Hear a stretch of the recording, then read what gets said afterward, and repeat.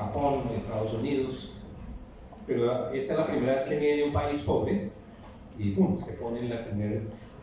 Obviamente, eso sí, el país pobre que logra esos resultados, pues viene con una idea distinta de cómo son las cosas. Sigan. Y esta es la gráfica de 40 años de crecimiento económico de China, por encima del 7.5. Y simultáneamente con eso, sigan, vamos a ver dos gráficas. En 1980, cómo era la situación en China versus Estados Unidos, Colombia y España. ¿Por qué Colombia? Para que veamos cómo fue que un país muy parecido a nosotros en términos de subdesarrollo y de pobreza lo hizo. ¿Y por qué España? Porque cuando los chinos hablaban en los 80 de que en 40 años iban a ser una sociedad modestamente acomodada, y uno les decía, ¿pero qué quiere decir eso? Ellos mismos decían, como España hoy, ¿no? Entonces,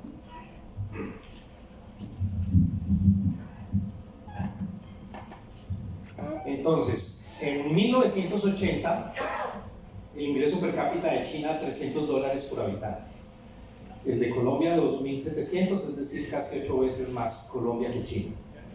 12.000 de Estados Unidos y 7.000 Europa, es decir, 20 veces, un poco más de 20 veces menos que el europeo, y aquí un poco como 40 y pico, más o menos, el de Estados Unidos. La 40ª parte. ¿Sí? 40 años después, China ya superó a Colombia, está a 3 y pico de veces de Estados Unidos y está casi que a la mitad de España. La brecha se cerró de manera acelerada, ¿no? Sigue. Y lo que pasó fue esto. En la estructura de los ingresos de las clases por clases en China, pues no de clases, sino por grupos sociales, por ingreso, era en 2010. Había una enorme capa de gente pobre, una enorme capa de gente muy, muy pobre, y una clase media muy pequeña de 47 millones de personas, ya para esa época el tamaño de Colombia casi, y acá los hiperricos. Y acá, 10 años después, lo que se ha reducido es la población pobre y muy pobre, extremadamente pobre. Los hiperricos ahí siguen siendo cada vez más hiperricos, pero pues no es el grueso de la población. Y para 2020, 472 millones de personas en clase media. A esta hora son ya 500, pero eso hace que ese sea el mercado más grande del mundo, más grande que el de Estados Unidos, más grande que el de Estados Unidos, Canadá y México, de hecho. Más grande que el de la Unión Europea y más grande que toda la población de Sudamérica sumada, ¿no? Los chinos tienen una particularidad, y es que su conciencia del valor que le dan a una cosa que el gobierno llama un valor, de hecho un valor ético: trabajo duro y vida sencilla, ¿no? Uno le dice a los chinos que qué importante esto que han logrado 500 millones en clase media, la derrota de la pobreza en el campo, y ellos no desconocen lo importante de lo que han hecho. Ellos de hecho reclaman, están buscando que su experiencia se conozca en el mundo, porque saben que eso es importante. Pero lo primero que le van a decir es, sí, pero si son 500 millones en la clase media, quiere decir que todavía faltan 900 millones. Y se demoraron 70 años. Ahora, llevar el grueso de la población china a un nivel de desarrollo parejo de más clase media, de que haya 1.000 millones en clase media, pues probablemente les va a tocar buscar esforzarse otros 30 años por lo menos, ¿no?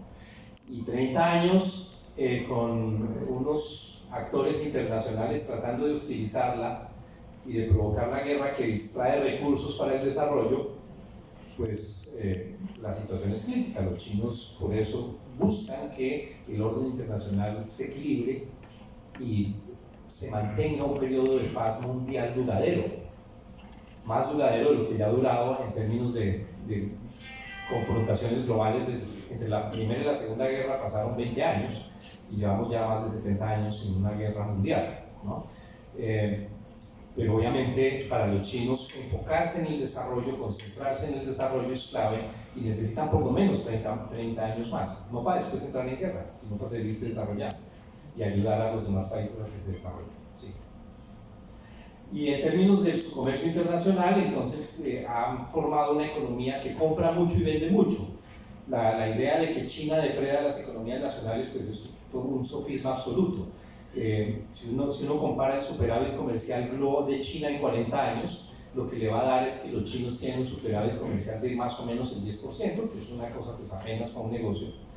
Pero durante la primera etapa de entre los 80 y los 2000, los chinos importaban mucho porque reprocesaban y exportaban, ¿no? Ensamblaban, eso era el negocio chino era ese.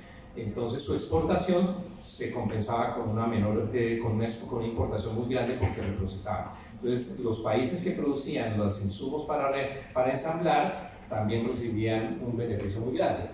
En este momento eso ha cambiado porque China lo que tiene es un mercado, entonces su capacidad de importación es más grande, ya no tanto para reprocesar, porque los chinos están dando el paso de ser, o ya dieron el paso de ser la fábrica del mundo a constituirse en el mercado del mundo, y ya no quieren ser ensambladores. Ya ellos hacen sus aviones, hacen sus televisores, hacen sus teléfonos, sus computadores, sus vehículos eléctricos, que acá no los conocemos tanto, pero el vehículo eléctrico que controla el mercado chino, en donde el 30% de los vehículos son eléctricos, es BYD, ¿no?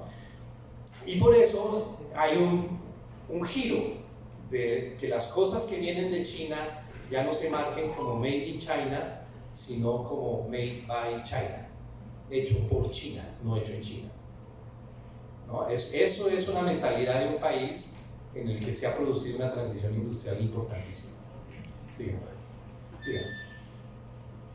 la siguiente. Bueno, y dentro de las cosas importantes que pasa es que entonces esta clase media, con la seguridad alimentaria garantizada, empieza a consumir más cosas del mundo, sin que se vuelva un país dependiente de la importación de alimentos para nada. Menos del 10% de la importación de China son alimentos. Pero eso es un negocio gigantesco, y ese negocio gigantesco agrícola de China se lo están cogiendo básicamente Nueva Zelanda, Australia y otros países, y por allá está Brasil y más adelante Chile. Pero el grueso de la torta se está yendo a países industrializados. Y los chinos por eso es que están interesados en promover la cooperación en agricultura con los países subdesarrollados, para crear más mercados, ¿no? Sigamos. Y esa es la razón por la cual cuando uno pregunta por sectores económicos en Estados Unidos qué les parece toda esta guerra comercial que está desatando el presidente de los Estados Unidos, el de ahorita y el de antes y el de antes y el siguiente, porque todos hacen lo mismo. Como dicen los chinos, puede que haya muchas diferencias entre un zorro y un lobo, pero desde el punto de vista del conejo son más importantes sus similitudes. Los que no le jalan mucho a la idea de una guerra comercial con China son los agricultores norteamericanos. El superávit que obtienen los agricultores norteamericanos con China es infinitamente superior a los resultados que obtienen con Canadá, con la Unión Europea, con Japón y con México. Es esa gráfica que ven ustedes que se inclina allá. ¿Sí? Y China entonces, como resultado de esta transición en la agricultura y en su industria, hoy es el 74% de la producción de peras del mundo, el 54% de las manzanas, el 37% de maní, y así. Sigan. Y es el primer productor mundial de papa. La papa llegó a China relativamente hace poco. Todavía los chinos no han incorporado la papa a su dieta como la tenemos nosotros incorporada acá. Pero digamos que la preeminencia de la producción de papa en el mundo la perdió América Latina hace muchos años, muchísimos años. De hecho, acá en esta lista no ven ustedes a ningún país de América Latina. Y es el principal productor de trigo y es el principal productor de arroz. ¿No? Sigan. Colombia, por su parte, tiene una situación que es muy grave con China. Primero, tenemos un déficit comercial grande, Pero segundo, nosotros exportamos al mundo así. Esto era para 2021 y eso no ha cambiado.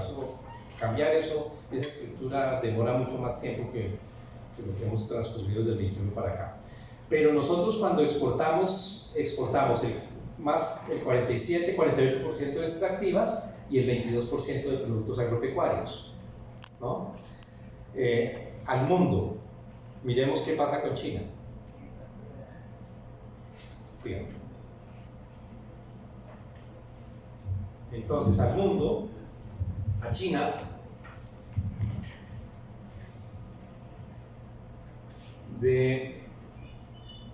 esto es parcial, tomemos este, 3.600 millones de dólares en el 2021 de exportaciones colombianas a China. 2.995 fueron carbón y petróleo.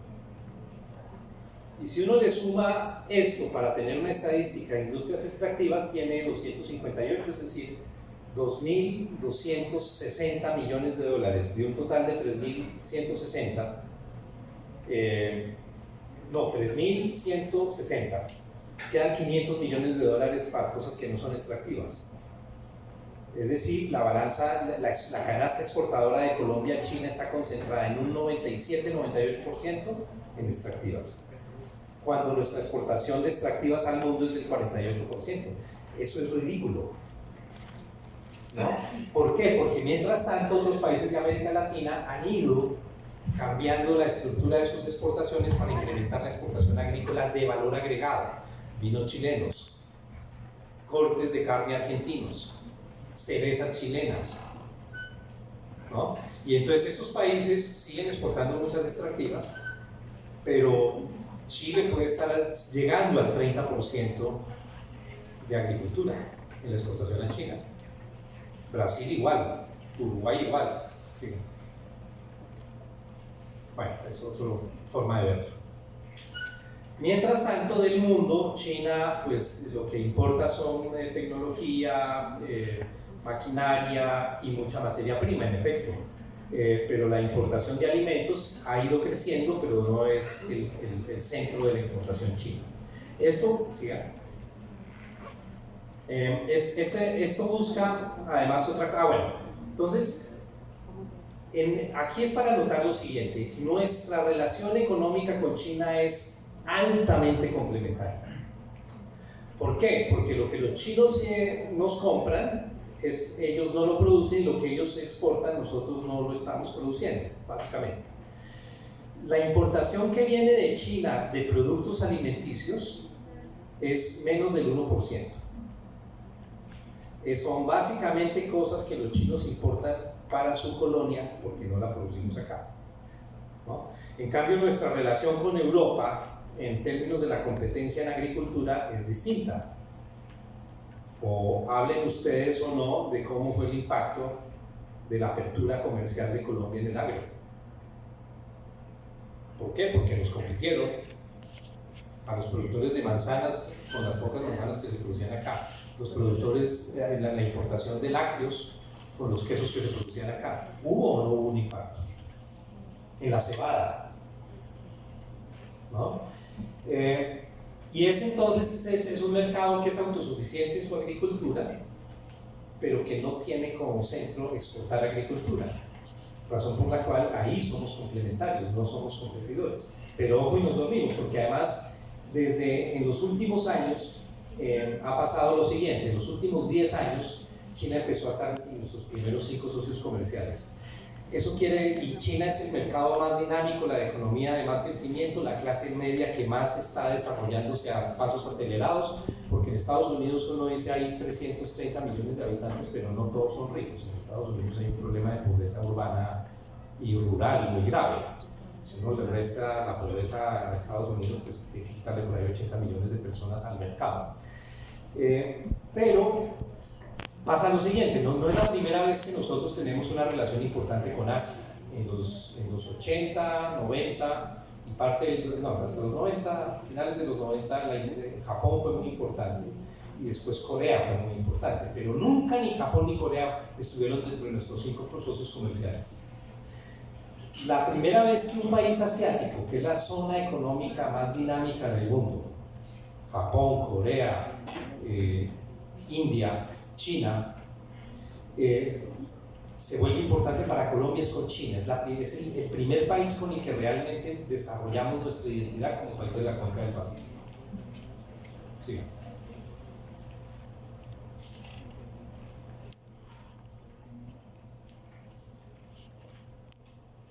Sí.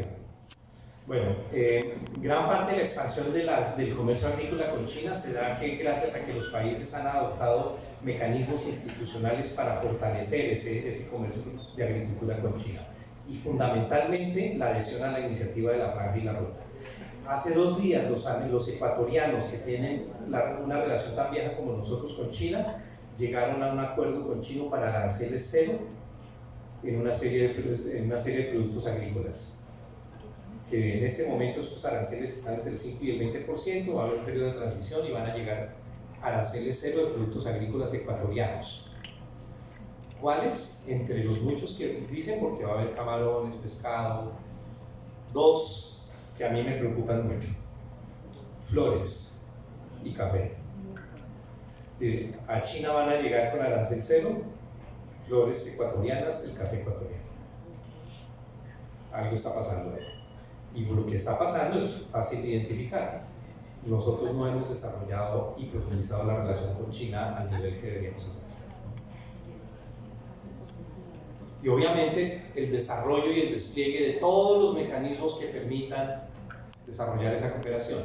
Entre esos, más academia, más discusión, más análisis, con fines prácticos, obviamente, ¿no? Pero cosas como la que hicimos hace 2 años, que fue la Semana Colombo-China, aliados con la Universidad de Agricultura del Sur de China, que es la entidad de China que está desplegando la cooperación en innovación y educación agrícola con América Latina. De esas hacen parte 20 universidades colombianas, entre esas la Universidad de Córdoba, para identificar dónde está la cooperación, porque no solo se trata de exportar a China, más que todo se trata de cómo traemos ciencia y tecnología de China para incrementar nuestras capacidades de producción de cosas que pueden tener éxito en el mercado chino a partir de identificar los gustos de los chinos y no lo que nosotros creemos que los chinos deberían comprar,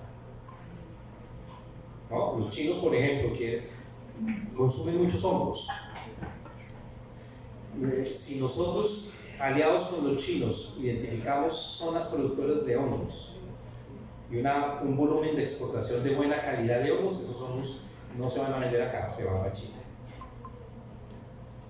La explotación y el uso de la guadua, dadas las investigaciones y los desarrollos importantísimos que los chinos tienen en su propio bejuco, que es el bambú. Las frutas, ¿no? Pero además para traer mecanización agrícola, robótica, muchas cosas que no requieran 5G, porque muchas de lo que, como no tenemos 5G, entonces muchas de las cosas que hay en China para que uno diría sería el sueño colombiano tenerlas, pues depende de que avancemos más en la conectividad con 5G. Para que pase esto, ¿no? Sigan. Los programas de estudio que les acaba de mencionar la profesora Juan, ¿sí? Pero hay unos que además se enfocan hacia agricultura. Hay un programa que se llama Agricultura más Mandarín, desarrollado por la Universidad de Agricultura del Sur de China, que busca incorporar el mandarín en escuelas vocacionales agrícolas rurales de América Latina y del mundo, y que esas personas adquieran el conocimiento suficiente de mandarín para que después vayan a hacer sus posgrados o sus pregrados en China, ¿no? En agricultura, en biología, en las miles de cosas que están relacionadas con la ciencia, porque ahí viene otra cosa interesante, y es que los chinos no estimulan que la gente que hace posgrados allá se quede allá. A ellos les interesa que la gente que hace estudios en China se regrese a sus países y repliquen la experiencia de haber estudiado en China. China no es un país que succione el conocimiento extranjero, y para eso tiene un proyecto de becas que Colombia coge muy poco de eso, menos de 60, de una oferta anual global de becas completas, como se las explicó la profesora Wang, de 500.000. Son 500.000 y nosotros tenemos que, a mejorar ese índice de acceso al sistema educativo chino, depende de que mejoremos las capacidades y el conocimiento y las capacidades de hablar español. Sí.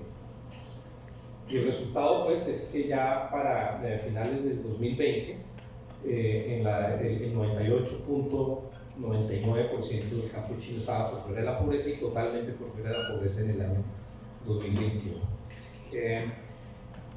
Hay una narrativa china, hay una experiencia china que China quiere contarle al mundo. Y hay una experiencia china que China quiere compartir con el mundo. Por eso estos escenarios son tan importantes. Porque son escenarios en los que ustedes pueden conocer, pero no solo conocer, sino confrontar.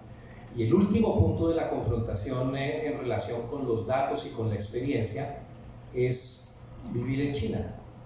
Cualquiera que tenga un preconcepto de China, bueno o malo, tiene que ir a China. Quieren ver si de verdad la infraestructura china es como dicen que es, porque hay gente que dice que no es, pues entonces vayan y hagan una doble calzada totalmente arborizada de 400 kilómetros. Móntense en un tren de alta velocidad que les permite recorrer 1000 kilómetros en 3 horas y media. Vayan al campo chino y oigan el zumbido de los drones subiendo a toda, ¿no? Vean la gente de China y díganme si esa es la gente de un país que no ha logrado desarrollarse a partir de la derrota de la pobreza en todas sus expresiones, pero sobre todo en el campo. La invitación entonces es a eso, a que continuemos dialogando. La asociación se abre a todo tipo de temas que tengan que ver con China. Creemos que firmemente en que el conocimiento y la experiencia humana son insustituibles y que eso no se hace restringiendo los espacios de la discusión, sino hablando. Nuestra invitación es, ¿quieren hablar de China? Hablemos de China. Por ahora de agricultura, pero después de muchas otras cosas. Gracias.